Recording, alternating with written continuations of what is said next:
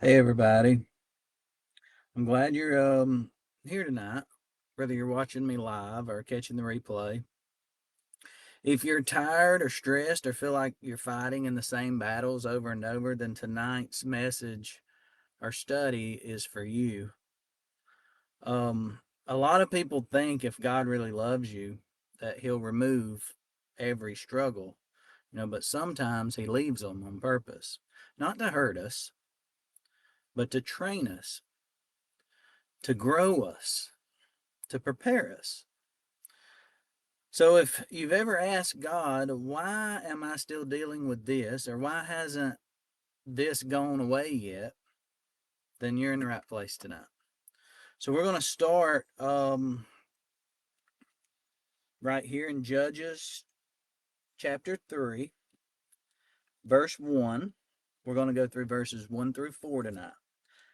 Verse 1 says, "Now these are the nations that the Lord left to test Israel by them. That is, all in Israel who had not experienced all the wars in Canaan." The ESV, which is what I'm reading out of, says test. And the Hebrew word there means to prove or reveal. So this wasn't God trying to trip Israel up, it was God showing them what was really in them. In verse 2 says, "It was only in order that the generations of the people of Israel might know war, to teach war to those who had not known it before." Now, verse 2 explains a second reason that God left those nations in the land, and that was for training. God allowed conflict to remain so that the next generation would learn war. And that sounds harsh at first.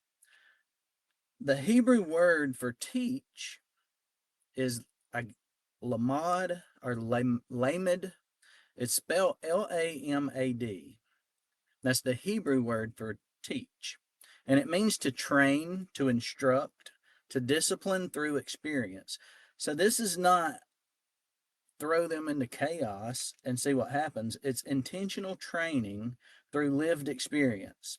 And then in verse 2, look right there, it says, those who had not known it before. So the word known in English, know, if you don't know where reverse is in an 18 wheeler, then I'm going to tell you that if you know where reverse is in a car, over and up, first gear. I'm not reversing a car, but in first gear in a car, over and up, that's where reverse is in an 18 wheeler.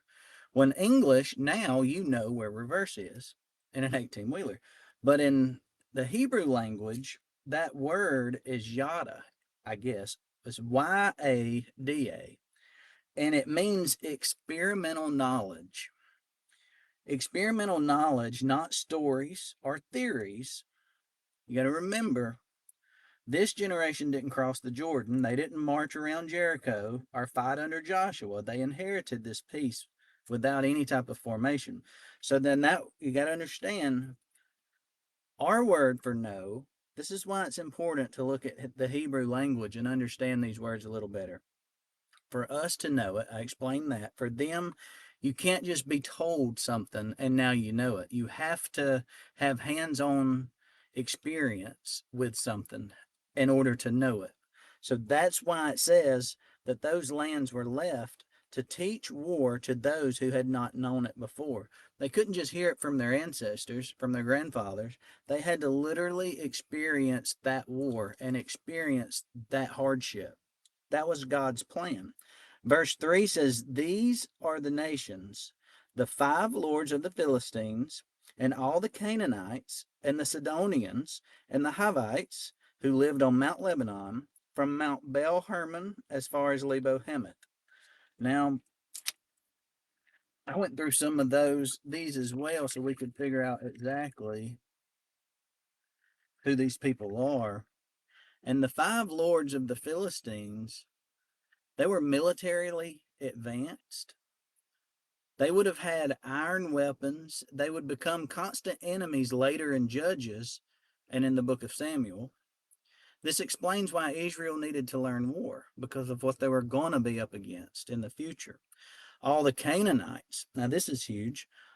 This means, as we said earlier, the Canaanite culture in the last study we did, their religion, Baal and the Asheroth, their moral systems. When it says all the Canaanites, it doesn't mean every individual, it just means all of their ways and a lot of the people. The Sidonians, they were up above Asher and Naphtali, near Tyre. They were a coastal people tied to wealth, influence, and luxury. Spiritually, they were deeply pagan and influential. The temptation for Israel here was prosperity without God. The Hivites on Mount Lebanon, they were far above Naphtali and Mount Hermon. These guys lived in the north near major trade routes. This matters because Israel was surrounded by influence in all directions, boxed in from the north, flanked from the west, infiltrated from within. And then looking over here at verse 4, find verse 4.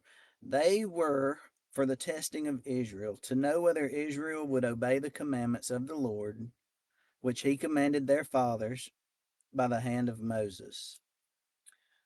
Would Israel obey what they already knew, which he commanded their fathers? This is the generational issue again. The problem wasn't lack of revelation, it was failure to pass it on and live it out. They didn't lose the commandments, they lost their commitment. God doesn't test us on what we don't know, he tests us on what we do know. Faith isn't proven in an argument, it's proven in obedience when disobedience is easier. You know, that was my short lesson today for the 4 verses.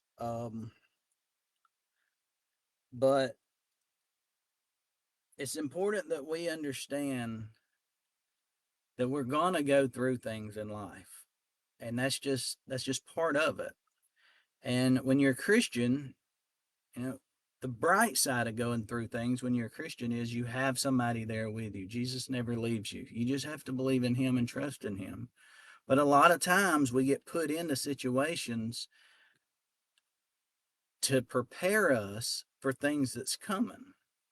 So maybe you're going through something right now, and it could just be that you need to go through this so that you know what to do in the future.